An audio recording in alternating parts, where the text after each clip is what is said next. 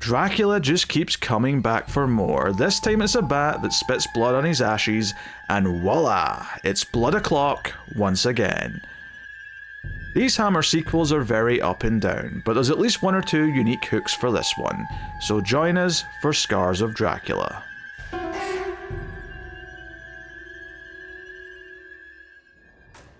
Welcome everyone to Screams After Midnight. I am Peter, and joining me as always is Tim. Would you like to know how I got these scars? Bleh. Alright, that's in your top 10 hellos you've ever done. That was actually good. They're usually shit, Tim, if I'm perfectly honest. They're usually terrible, but that was not bad. I actually put 30 seconds of thought into this one, so... Imagine what you could do with 60 seconds. 60 whole seconds, just imagine. So yes, welcome everyone. This is a horror movie podcast. Today we are returning to a franchise that we've been working on for like 3 years at this point. But today we're looking at Scars of Dracula, which is the 6th Hammer Dracula movie, and does indeed star Christopher Lee. Not that they've all had him in it, because Brides of Dracula didn't, but he's been mostly there. So this is the next one on that list. This came out in 1970. We will start spoiler free, of course. We'll give you a warning before we go into the spoilers, and if you're enjoying the show on YouTube, hit the like button, helps us out a bunch. Give us 5 stars on your podcast app, and if you want to support the show and get bonus episodes and bonus segments, you can do that over at Patreon. Or via YouTube membership. I'll tell you a bit more about that at the end of the episode. But we recently did The Dentist, which was a fun bonus episode, so go check that out on the patrons and whatnot. So, I mean, I feel like usually after that, the little, the intro where I do all the housekeeping, where I say all the normal things, usually I give you a bit of a premise, but I feel like, what am I supposed to say for this one that's any new, other than just Dracula somehow comes back, and... someone, he takes a young woman takes his fancy. People who care about young women try to save her. That's pretty much the gist of all these movies, and there's a few twists on it and stuff, but it's pretty by the numbers in terms of basic premise. There's a couple of interesting elements though, so we'll get into it. I'll just you hadn't seen this before, I assume, Tim? No. Yeah, I didn't think so.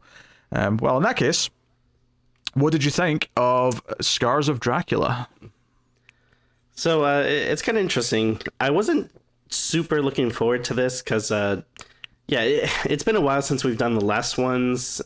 But you can correct me if I'm wrong, but from my memory, I feel like, the Hammer Dracula stuff started off a bit stronger, and then seems like with each one it was getting a little less and less interesting. And my memory of the last ones is that, it's kind of been less and less Dracula stuff, and it's not entirely accurate. It's not the way you just said that. It's like because the first one was great. We were very positive on the first one, but the way you said that is if it's been at the slope going down, and that has not been the case. Brides was arguably the worst one.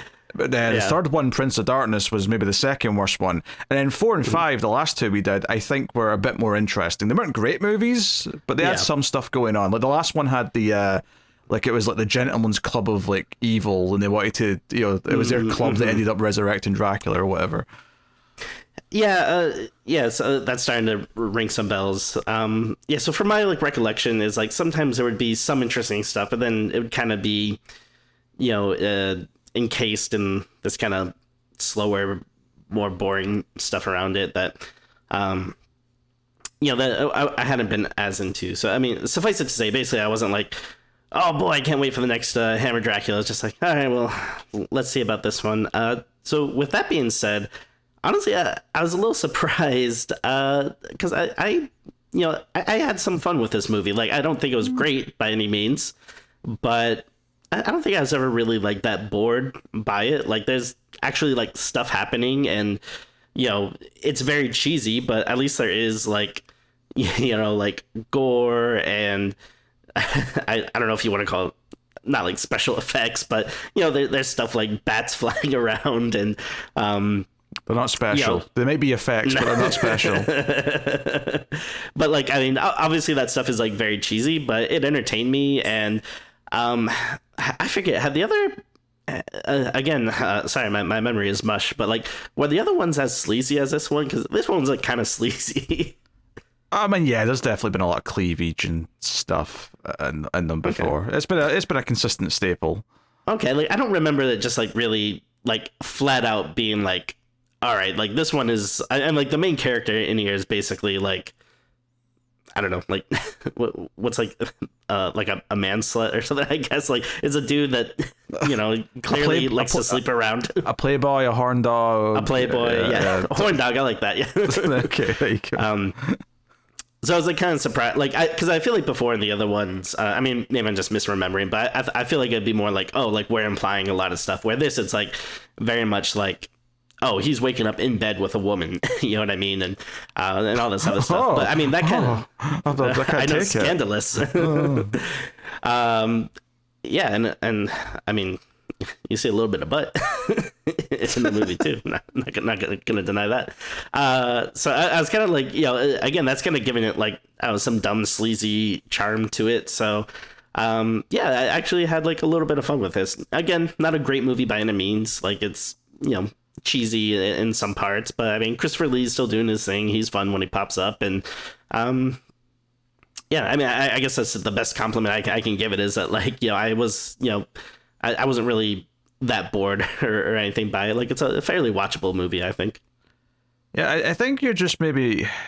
I don't think this opinion is that different from the opinion you had on the last two, if I'm honest. Maybe it's a little more positive. Maybe it's been a while. But yeah. I don't think... I think 4 and 5, we were a bit more kind of like, yeah, they're not great, but like there's some fun things here or there. There's some ideas they're throwing in, even if it's not all working. The biggest problem with the last one was the ending felt out of nowhere with like the stained glass window and like some weird new rule. That's right. Yeah. Without getting into too many details, but mainly because I don't remember them. But... not to say that the ending here doesn't kind of come out of nowhere. Like, yeah, I was kind of like, oh, that's how we're gonna defeat him. Okay, but yeah. We'll get into it. But that's very true, actually. Yeah, I mean, I think that was an okay time. Like, I think I don't know if I'd say I liked it any more than say the last one per se, but and I don't think necessarily everything it does necessarily works amazingly, but like it does take some swings in some different ways. Like, I guess the main thing is how they handle the Renfield style character is a little bit different than normal. Sure. And because it's still in this Hammer Dracula style, it feels more interesting than, say, the movie Renfield, where the whole thing's just a silly comedy, where it doesn't really matter that he's acting different than normal. So there's that. Yeah, the ending is kind of wild and just kind of like random, but not in a way that didn't make me smile. Like, I at least kind of I chuckled at it and went, oh, okay, that's how we're ending this. All right, fair enough. But in a weird way, it's not as random as the last movie was, because at least it's like, well, it's the chance of it happening is pretty slim, but it's nothing physically impossible. So fair enough. It's not like a weird supernatural rule. It's just something that happens kind of. They had a very low chance, but it did happen. There you go. So, no, it's all right. I mean, it's kind of like a weird movie of two halves, because you have kind of the first half is kind of got one main character, and then the second half, it's almost like a Psycho style structure where you have one character who's kind of the main character for the first half, and then it switches to their sibling in the second half, which is very much what Psycho does, actually. So...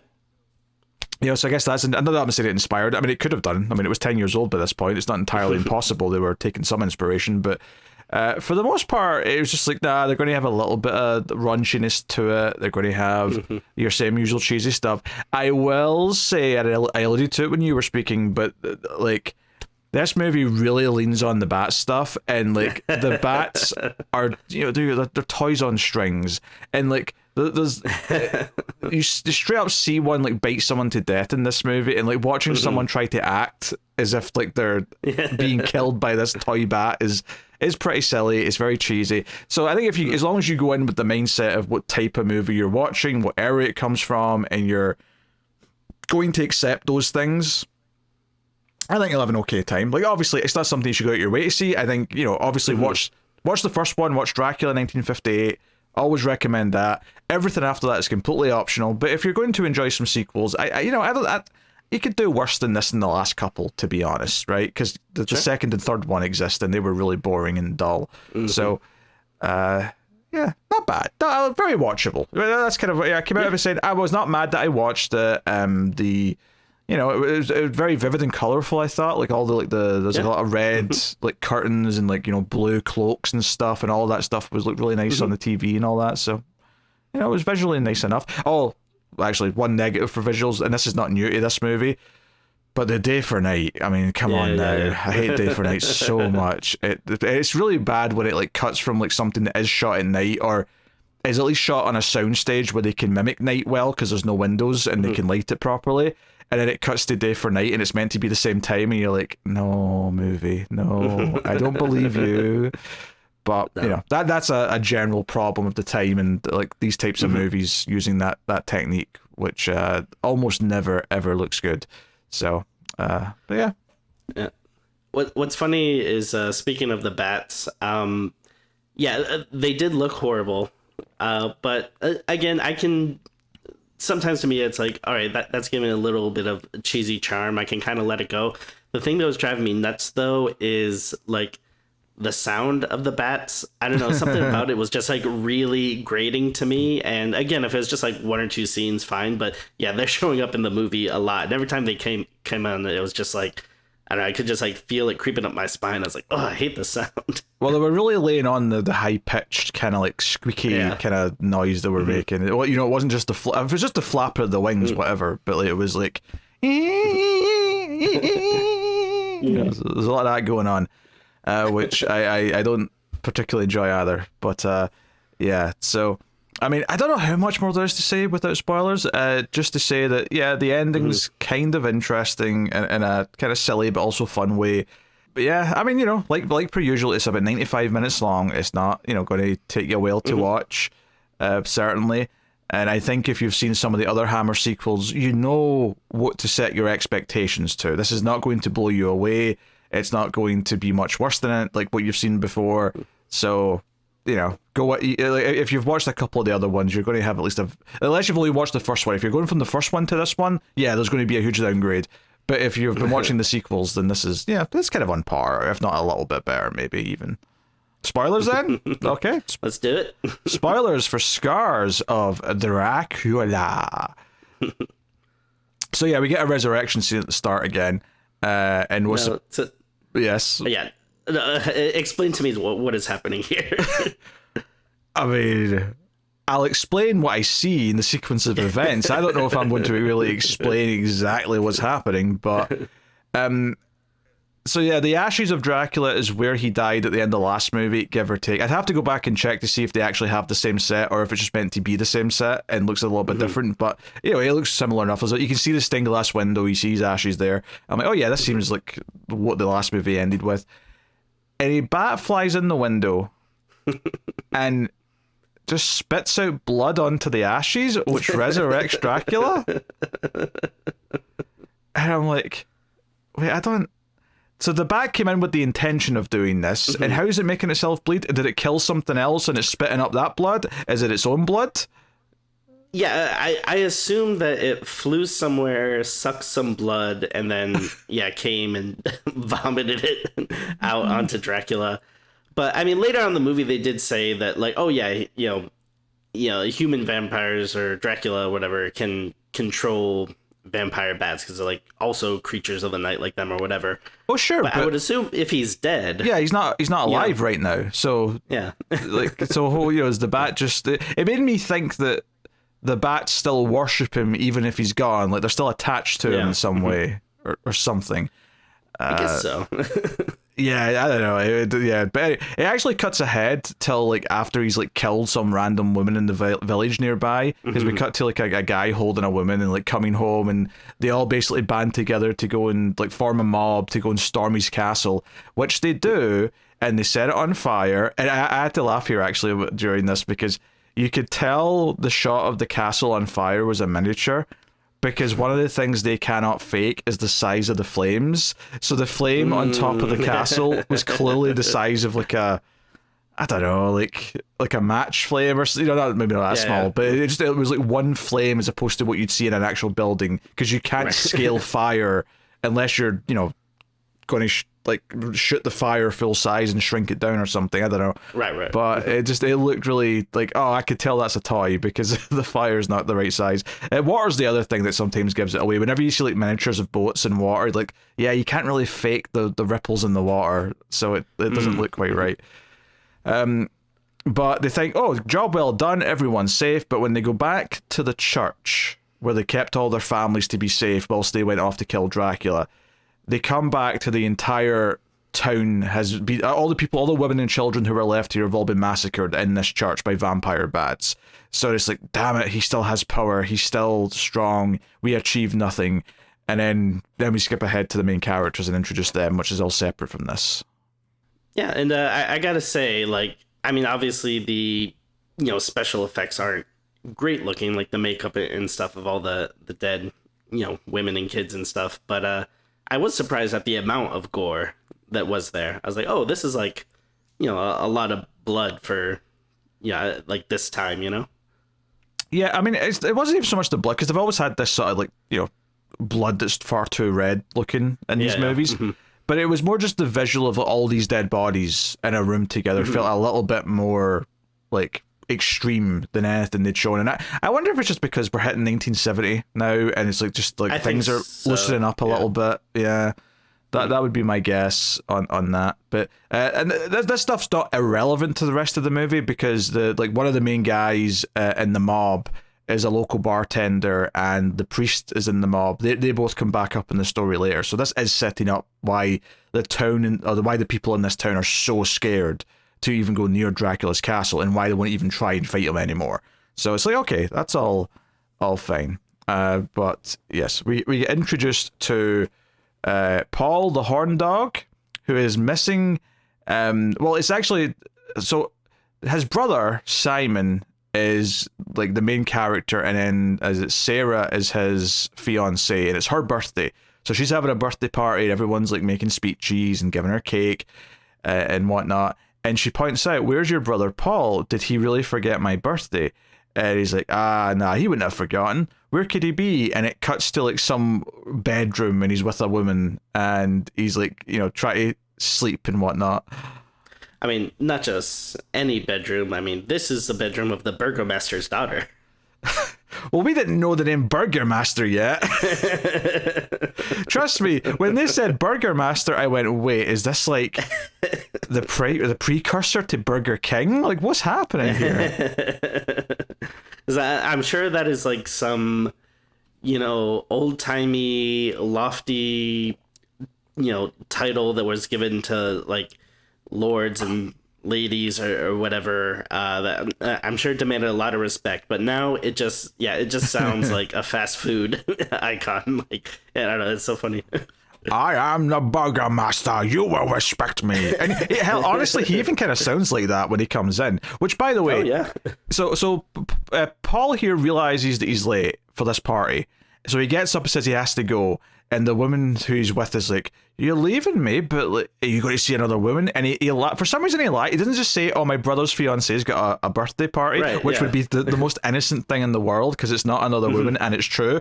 But instead he lies and says he's got a night class, and she doesn't believe him, and she starts saying, "No, don't leave me. I forbid you to leave me." And she runs out. Actually, before she runs out, I want to point out that despite the fact that they've just had sex, and I get that they don't want to show it on film, but I'm like, just keep the sheet up, because the entire conversation, she had her arm over her boobs, like she was hiding her nipples, and I'm like, it makes no sense why she would be doing that in this context, in this room. Mm-hmm. Right? Why would she, like, she just had sex with this guy, why is she hiding her nipples? Like, it doesn't make any sense. It's just purely because of the movie, but I'm like, just have the sheet be up, it would be less, unrealistic. Yeah. No, like I think I heard someone talk about that before, where it's like, every time you see the scene of people like after sex in a movie or something, like they just like perfectly have the covers or whatever like pulled up to hide any nudity or whatever, but it's always like, oh no, that's not really what it's like.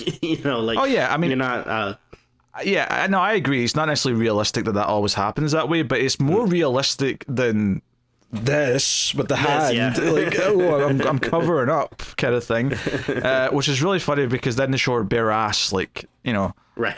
2 seconds later. But she runs out and her dad comes in, the Burger Master himself, comes in as Paul's leaving and he says hello, and then she yells out, he forced his way into my room and tried to force himself upon me. He, like, you know, she basically makes a false accusation and smirks about it as if, oh yeah, that'll teach you for trying to run away from me. So part of the plot of this movie is that Paul is on the run and there's police chasing him, thinking that he assaulted the Burger Master's daughter. Yeah. And I'm like, okay, this is wild. And it's kind of just all played for laughs. It's very much a, oh, he's a scamp, and he's going to keep getting away because that's the type of guy that he is. And I'm like, okay. I mean, don't get me wrong, we know he didn't do it, so we don't have to feel that bad or anything, but it still feels a bit weird, you know, but hey. Oh, absolutely. Yeah.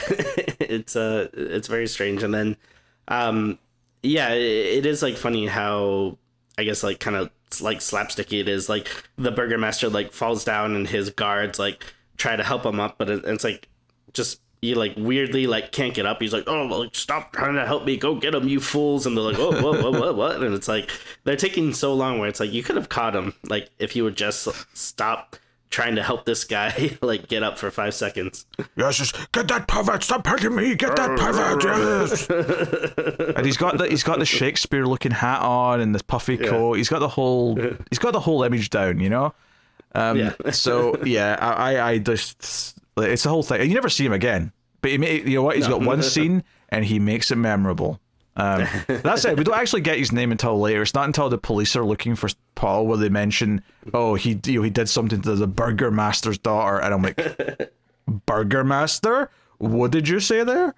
Anyway, he goes to the party, says hello to Sarah, and Simon gives the present over, although it's cracked. It's a photo frame with a photo that he took of her, but it's cracked, so he takes it back and says that he'll fix it. So he still has that on him. And Simon clearly is a little bit jealous of his brother because his brother gets all the ladies' attention. And when he's taking her home, he's like, hey, do you like my brother more than me? I mean, I don't know if that's the exact line, but he says something like that. And she's like, of course I find him attractive, but, you know, like, you know, she kisses him and it's like, okay, they're clearly, you know, into each other, blah, blah, blah. That's all fine. But the real movie is the fact that we follow Paul as he's just on the run from the law, which leads him into this village near Dracula's castle, which leads him into all that stuff in the movie. Now, it is funny because at first it does seem like they're setting up maybe like some type of love triangle. Because, yeah, when they're at the party, she does seem so concerned by her brother. And it's kind of a weird scene. Like, it seems like... what's the other guy? Not Paul. What's the other guy's name? Oh, Simon the horn dog. Sorry, the brother. Paul's the horn dog. Simon's the fiance brother. Yes. Yeah. So like, there's a scene where it seems like I mean, maybe it was just a gift or whatever, but it seemed like he was proposing or something because he gives her like this ring.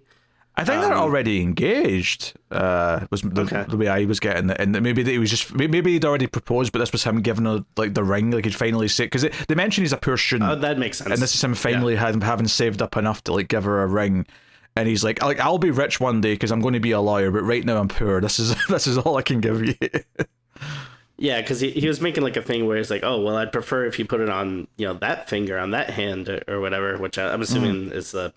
Yeah, the marriage hand or whatever. I mean, maybe that's the point. Maybe it's like he's like suggesting he wants to propose, and it's clear that they're like that's what they're destined to be. But the funny thing is, though, is that once Paul disappears and they want to go find him, it never feels like it's going to be a love triangle. It always kind of feels that these two are together and they're just working together to go get his brother, and that's kind of all it is.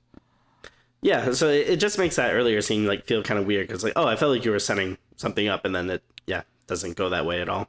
Yeah, Paul stumbles out and gets to like an inn, like a bar inn, and it's shut and it's nighttime, but the woman who works there is new and doesn't know that the rest of the town is scared of nighttime and Dracula. So she just sticks her head out the window and talks to him, and she decides to like, you know, open her nightgown up a little bit to be sexy and lets him in, and she basically just like within like 30 seconds they're kissing, and they're suggesting that he just go stay in her bed for the night. And the only thing that ruins it is that the bartender who owns the place like comes in and says, "Who are you? Get out of here!" And like, I don't care where he goes, blah blah. But she blurts out that there's a castle, so he's like, "Oh, I'll go try the castle then." And obviously that's his demise right there. The fool, like he's off to Dracula's castle. Yeah, this guy just, he just has to stop meeting women that live with their fathers. Burgermasters, bartenders. It's never ends up well to him. But again, it's kind of funny because I thought she was gonna be more like rebuking his advances, but she gets like very into it after a while, and they're making like all these suggestions like, oh, like I thought you were hungry, and I forget what he says. It was something. He's like, well, like he like looks down and he's like, like, and it is kind of funny too, thinking like, oh, like this guy. I mean, obviously, this takes place in. I mean, obviously, the movie's from the 1970, but it takes place in whatever olden times. So, the guy has kind of like a dweeby look to him or whatever, but. I just kept thinking... Yeah, both brothers have some sort of like Beatles-looking haircut, honestly. That's kind of the vibe I was getting from them.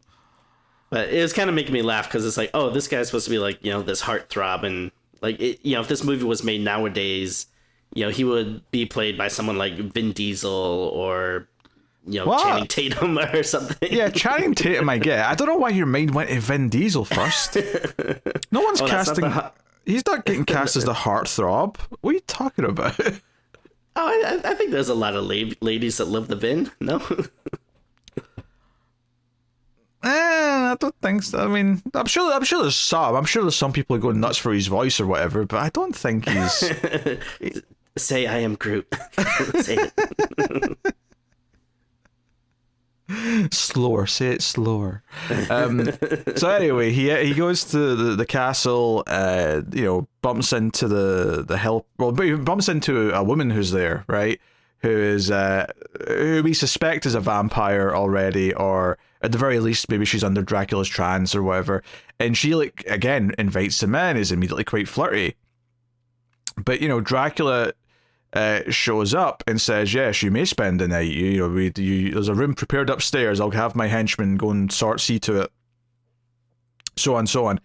And he bites her. Like Dracula bites this woman that was already there. Whilst Paul's upstairs in the room, just sort of like, I don't know, scoping things out or whatever. And it's kind of like everything goes down where he realizes that there's something fishy going on, and he locks the door and all the rest of it.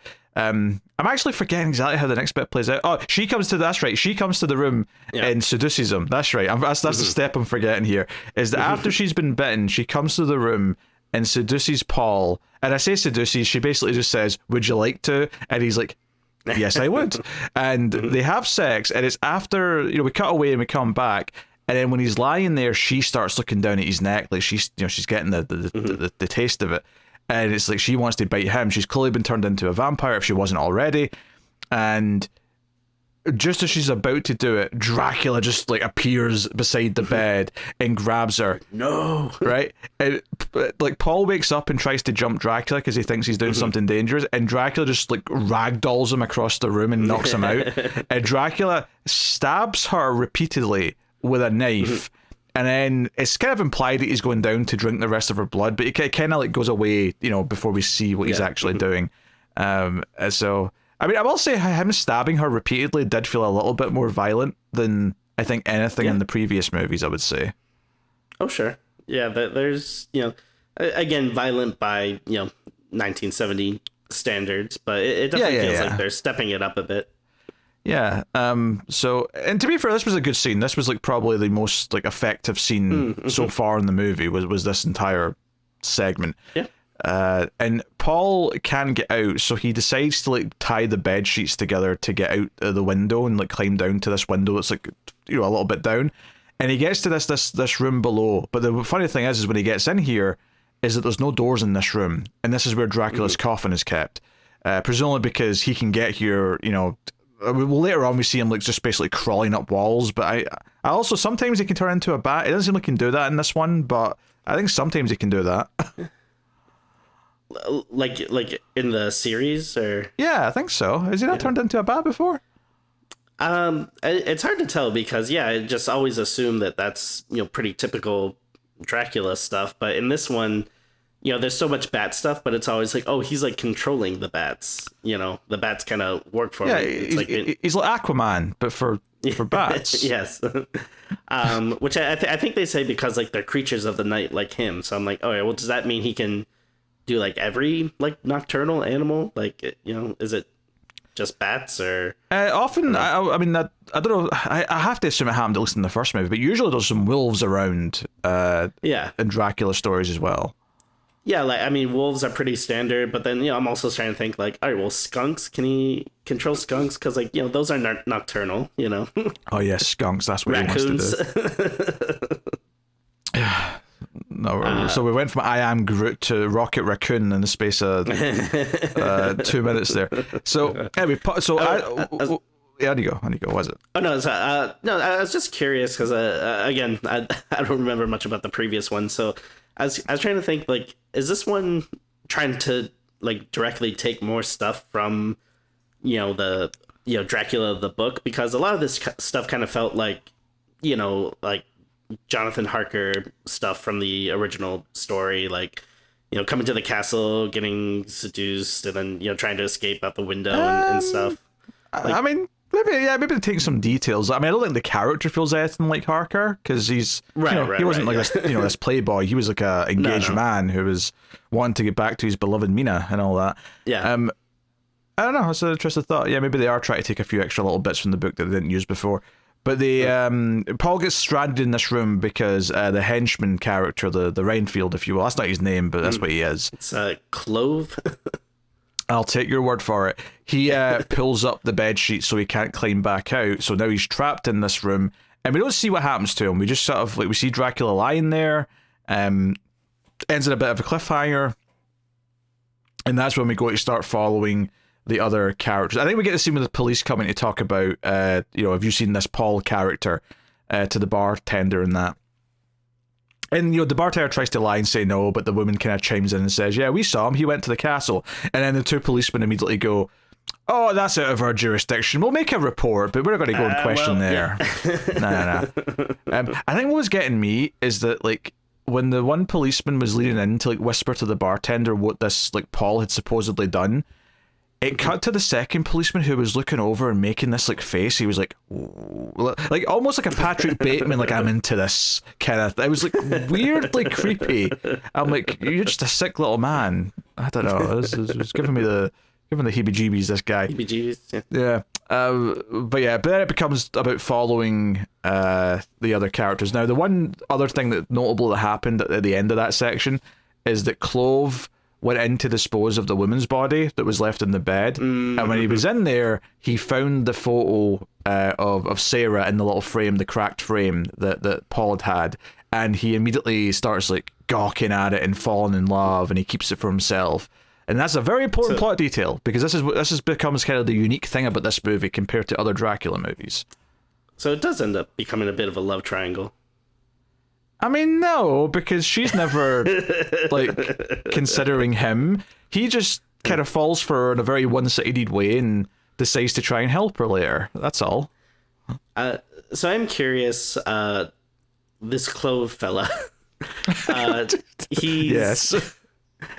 So he's a bit, like, odd-looking. Like, I don't know, like, they make him, like, very hairy, and he's got, like, this kind of, unibrow and stuff, and like I don't know, I was just wondering, like like they're trying to make him look like a little bit of that, like I guess kind of freakish sidekick kind of guy, and I'm just curious, all right, was he always like this, or did once he became like Dracula's minion, did he like start to look a bit more freakish or whatever? I mean, we see that he's got scars in his back from being like whipped, or not even whipped. It's like hot metal getting pressed against his skin, because we see him getting punished later for helping Sarah get away in the next section. But I mean, I imagine he has become more physically. The reason why he walks with a hunch is probably because of what Dracula makes him do and stuff like that. I mean, his physical appearance in general, I don't know. I feel like you're just body shaming the poor man. Well, I mean, they're clearly have done him up to to make him look a bit more rough around the edges, and I'm just curious if that's something that comes about from hanging out with a bad egg like Dracula, or I suspect so, Tim. Yes, I suspect so. Oh dear. So yeah, I mean, personally, I think he's quite handsome. So I'm not, I'm not body shaming. I'm into it. Simon and Sarah come looking for Paul, and they get to the village. The horse carriage guy's like, "No, I'm not taking you back. I'm not waiting around. I'm leaving immediately before nightfall." And they go to the bar at the pub, and they don't help them at all. Except eventually someone mentions the castle. So it's like, okay, I guess we're going to the castle. And he does say, "Hey, can Sarah stay here? I don't want to take her. Like, let's keep her safe here." And the bartender's like, "No, take her with you. Like, we're not having anything to do with this." So they go sauntering up to the castle, and basically just like Paul, get there, they're let inside. Dracula kind of comes and welcomes them. What's interesting though about the way this plays out is that Dracula, as soon as she sees him, she goes into like a bit of a trance, and Dracula picks her up and carries her out of the room to the bedroom that's just for her. Paul can stay, but he has to stay in the couch in this like sort of living room area. He doesn't really put up much of a fight. He's just kind of like, he doesn't. Okay. He doesn't seem to, other than just looking a little bit shocked. He doesn't react to this tall man just picking up his fiancée and carrying her out the room, and she doesn't say anything. She doesn't respond to him because he says her name a couple of times, and it's not like, because I thought in the moment, oh, she's under his trance now. I thought she was going to be under his trance until maybe the end of the movie when she snaps out of it. No, the next time he sees her in the morning, she's completely normal. Like, she's just talking normally. She's not like bewildered or bewitched by Dracula. She's completely fine. But notably, Clove never sees her here. He comes into the room and she's there, but she's sitting like a tall chair, so he never sees her face. And that's important because he's going to react to who she is later, because he's already fallen in love with her picture, you see. So it's going to be a big moment when he sees who this is. He's going to be, oh my god, it's the woman that I've been masturbating to for the last 2 days. I can't believe it. I can't believe my luck. Dracula does go to try and bite her that night. However, she just happens to be wearing a cross. So Dracula gets clot blocked. That work? Clot blocked? Wait. I was gonna, like a blood clot? I don't know. Like a blood clot? Okay, yeah, there's something. I don't know. I was thinking cross blocked, which cross block's okay. Yeah. There's gotta be something in there, but he gets repelled, and he goes away. And he tries to convince, or he tells Clove, go and get rid of that cross immediately. So Clove goes in to do it, but when he sees her face, he's like, oh no, it's the love of my life, I decided. So I'm not going to take the cross. I'm going to leave her be. So he just backs away. He doesn't do it. He chooses not to. And it's the next morning when Simon comes up and he talks to her, and he's like saying, hey, like, I can't find Paul. I'm going to look around, whatever. He goes to speak to Clove, and he sees the photo of Sarah, and he's like, wait, Paul was here. You've lied and told me he wasn't. When was he here? And he sort of grabs Clove, and Clove kind of admits that he was here. He's not here anymore. So I have a question about where this is going. So I think I forget if it was Clove or Dracula. I guess it was Clove that like brought her some breakfast or whatever, and they have like some soup broth or something. Yes. And then like once Clove is finally like, all right, fine, I'll help you, but we have to get to her quick, like before she drinks the broth or whatever. Yeah. But did they ever explain why she can't drink it or what was in it? Like, I don't know if I missed that. No, I have to assume it was just going to knock her out or something, because they never really go any deeper in it. Because basically, Simon sees the scarring on his back and says, wait, did your master do that? Is he like a monster? Blah, blah, blah, blah. And Clove eventually says, okay, look, I'll help you, but you have to promise to take her away from here. He doesn't care about Simon, but he cares about protecting her. Take her away while it's daytime, whilst, Dracula's not around. Take her away now. And he's like, oh wait, the broth, and they run in, and like Simon like throws a shoe or something at the bowl so that it knocks it out of her tray, and she can't drink it anymore. And he's like, did you take any? Did you take any? Tell me. And she's like, I had like a sip. And he's like, we'll have to hope that wasn't enough. Let's go. Okay, I guess that would make more sense, yeah, if they want her to pass out until nighttime, because I guess like I was thinking that it was some, I don't know, magical like Dracula, trance soup or whatever that's gonna make her like fall in love with him or something. So I was like, oh, is it something like that? But yeah, I think that would make more sense. And I think you were leaping a bit there further than they were implying. Yeah, that makes sense. All right, so I'm just putting this together now. When you mention the scars on Clove's backs, so that's the scars of Dracula. Dracula. Scars of Dracula. Okay. Because I guess I just, like, after the movie started, I just kind of forgot about the title. I wasn't really thinking about it, and it wasn't until you mentioned that I was like, oh, those are the scars they're implying. Okay. Yeah, and he is kind of set, like, he is the unique element to this movie in a lot of ways, because the idea that the Renfield falls for the main victim and then goes out of his way to help her repeatedly is kind of unique and different. And I'm like, okay, that's true. That's a different idea. But they do get away, they get back to the bar and the rest of it, and Simon wants to go back. He's like, hey, can I enlist the help of everyone here? And like the priest is sitting there quietly, the bartender's sitting there, all the townsfolk are like just not responding. Like, I need your help to go back and like, kill this guy, because I believe my brother's still there because he had that photo, blah, blah, blah. So because no one will help him, although the priest does come out and says that he will help them, so the priest is feeling guilty about not stepping in. So he does become an ally. The barmaid character, who's been kind of sympathetic and wanted to tell them stuff, like every time someone's came around to her, she decides to quit because she hates this town, she hates these people for not helping, so she's like, I'm just going to quit. And the bartender's like begging her, no, my wife got murdered, that Dracula's a monster, if you want to leave, that's fine, but you cannot go now at night time. And she's like, it's a bunch of superstitious nonsense. And of course, what happens? Clove, after he's punished by Dracula, he runs out and like kidnaps her and brings her back and says, Master, did I do okay? Did I do okay? And he's like, you've done very well, my Clove. And then he, has a nibble on her. Mm-hmm. So that's hard done for.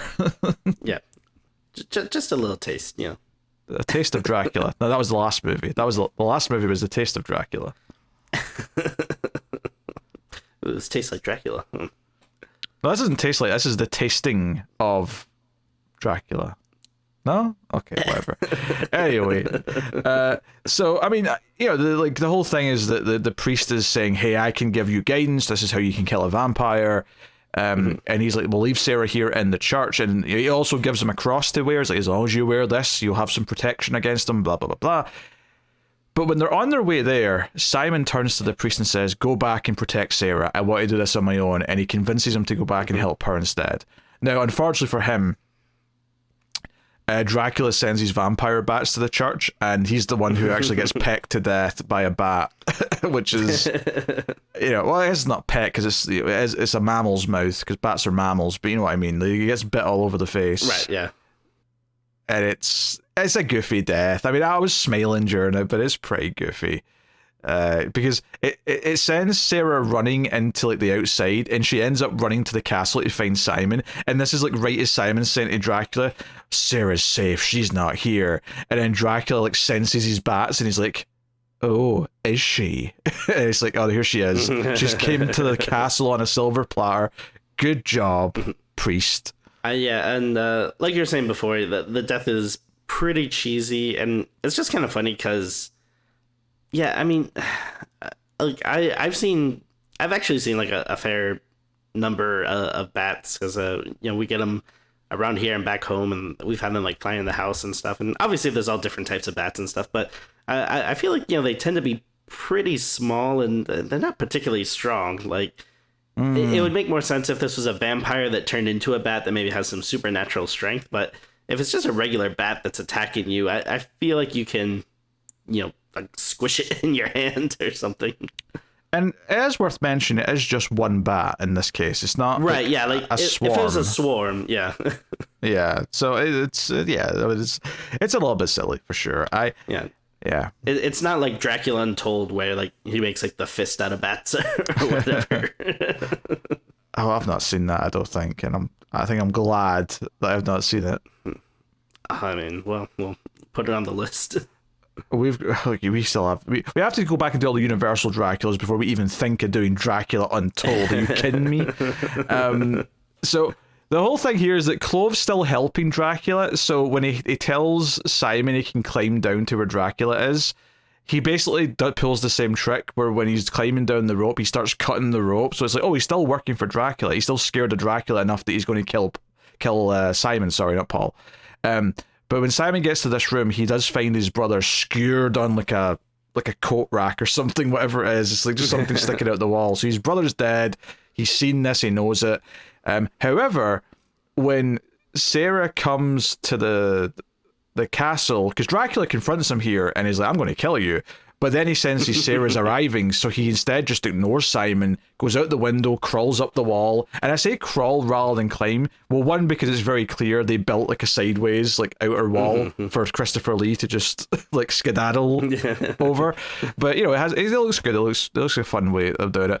But he goes to get her, and like they end up on the roof. I don't even remember like how the chase ends up there, but he chases her up onto the roof. But basically, Clove doesn't like that Dracula's going to kill her, so Clove goes back to help Simon. So he's the one that cut the rope that trapped Simon down there, and now he's putting a rope back down and like gets Simon out to come and help, like save Sarah, because he has to save her. So I'm like, you know what? It's not the most in-depth plot in the world, but it is a little bit different. He's like, because it's one thing. Sure, yeah. I think after he got punished, I thought, oh, he's going to just be bad now for the rest of the movie. I think the fact that he's still like adamantly, no, I'm going to save her. I'm going to do whatever I can to stop Dracula. He a complicated character, but you know, he has he contains multitudes, you know. He's a four-leafed clove. Oh, sure. No? Okay. So the big ending to this movie, right? Because by this point, Simon's lost his cross. In fact, so is Sarah, because basically Dracula, he's like staring her down on the roof, and he basically gets a bat to come in and bite the cross off, which I'm like, okay, you can just do that whenever you want. Fair enough. But the other show... Is this like all the same bat too? Like, does he just have one like loyal bat? Like, hey, this is Batiste, you know, my loyal bat friend. I mean, I don't think it's supposed to be one bat necessarily, but I think the movie may have only had one prop bat. Oh, of course, yeah. Yeah, that's possible. Yeah, so it, like, the others show up, and Simon, like, tries to get in front of her. And Joe, I thought was so weird, is that Simon goes over to like a broken bit of the top of the castle, because the castle's still damaged from the fire and the backstory part at the start. And he gets like a metal rod from like the fence that was up here that's sort of broken off. And he basically throws it like a javelin at Dracula. But what stuck out to me is that Dracula's standing in front of Sarah, so I legitimately thought Dracula was going to step out of the way and Sarah was going to get skewered by this pole. Instead, Dracula just takes it and then pulls it out, and like Simon's like, oh, that didn't work, even though the priest told him how to kill a vampire, and that's not cool yet, but whatever. And then the out of nowhere ending that saves their asses is that Dracula hisses, pulls out the pole, holds it up high in the air, and there happens to be a thunderstorm happening right now, everyone. Lightning strikes the rod that he's holding in the air, and it sets him on fire, and we get the whole like guy in like a flame suit, like on fire as Dracula, kind of like spinning around and then eventually falling off the side of the castle. And the movie ends really quickly. Sarah and Simon hug, and the credits just start rolling. It's like, okay, we're out of here. Off we go. Yeah, so it's kind of weird. Like, on the one hand, it is very, like, just random and out of nowhere. It's like, I guess lightning strikes can kill Dracula now. Well, I think fire can kill a vampire typically, so I think that's what kills him, not the lightning itself. Okay, sure. But, yeah, it's... like, I don't know, like it's weird and kind of out of nowhere, but I also do feel like I gotta give it credit where it's like, well, I guess this is like, you know, something I haven't seen before. Like, you know, I've seen plenty of movies where he gets like a stake to the heart or beheaded or killed by sunlight. And it's like, all right, well, I don't think I've ever seen Dracula get struck by lightning before. That's something new. It was a fun visual, and it was a cool kind of like, what just happened? All right, okay, I'm rolling with it. And honestly, the only thing going against it really at this point is that every movie starts with him just resurrecting like really easily. So it's just kind of like, it doesn't really mean anything that he's dead, because that stopped meaning anything several movies ago at this point. But the actual visual in the moment is fun. So yeah, and it's never that great when it's like the thing that defeats him is just something that really has nothing to do with the heroes. It's just kind of blind luck. Like from a storytelling perspective, it's not that satisfying. But again, I'm kind of letting that go and just embracing like, oh yeah, the visualness and the kind of randomness of it, and it's fun. Yeah, it's a fun moment. It's not as like frustrating as the way it ended last time, where it felt like they just pulled something out their ass. At least a lightning strike is still a lightning strike. Like we understand how it works and how it can happen, and you're not supposed to hold up metal during a lightning strike for this very reason. Yeah, I think they actually used this scene as like a PSA in classrooms in the 70s. Very good, very good. So yeah, I mean that's pretty much the movie. Like it's not bad. Like again, it's a Hammer cheesy sequel. I think if you know that going in, you know what to expect in terms of character reactions and pacing and the type of like visuals you're going to get. I think this is a decent one to watch, but it's definitely not going to, like, the only movie in this franchise you need to see is the first one. And that's true of a lot of horror franchises, but it is worth bearing repeating here. But if you want to be a completionist and you like some of these cheesy sequels, this is not a bad one. Yeah, no, I agree. I was coming in with low expectations. I mean, again, maybe I was coming in a little too harsh, but I was pleasantly surprised. Like it's watchable. There's fun moments. Like it goes by fairly quickly. And yeah, I mean, there's cheesiness and all that stuff, but in a charming way. And yeah, I was actually like surprised that there was some stuff that I was like, oh, this is kind of different, or this is like an interesting take on this character or this idea. And so yeah, it's definitely not bad. Like you said, yeah, maybe not essential viewing, but could certainly do worse for sure. Yeah. So with that said, Tim, what are you going to rate Scars of Dracula out of 10? I think I'll give it a 6. It's not great, but I had fun with it. It's watchable. It moves. It doesn't really bore. It didn't really bore me. Yeah, there's enough interesting stuff and enough cool scenes to, I guess, make it interesting. But yeah, it's not like amazing or even like pretty good. But it's it's fairly decent, I guess. Yeah, no, I think a 6 out of 10 is about right for me. It's a decent movie. It's to convert that to a 5-star rating, it's a 3-star movie, and I think that sounds right. It's very watchable. It's decent.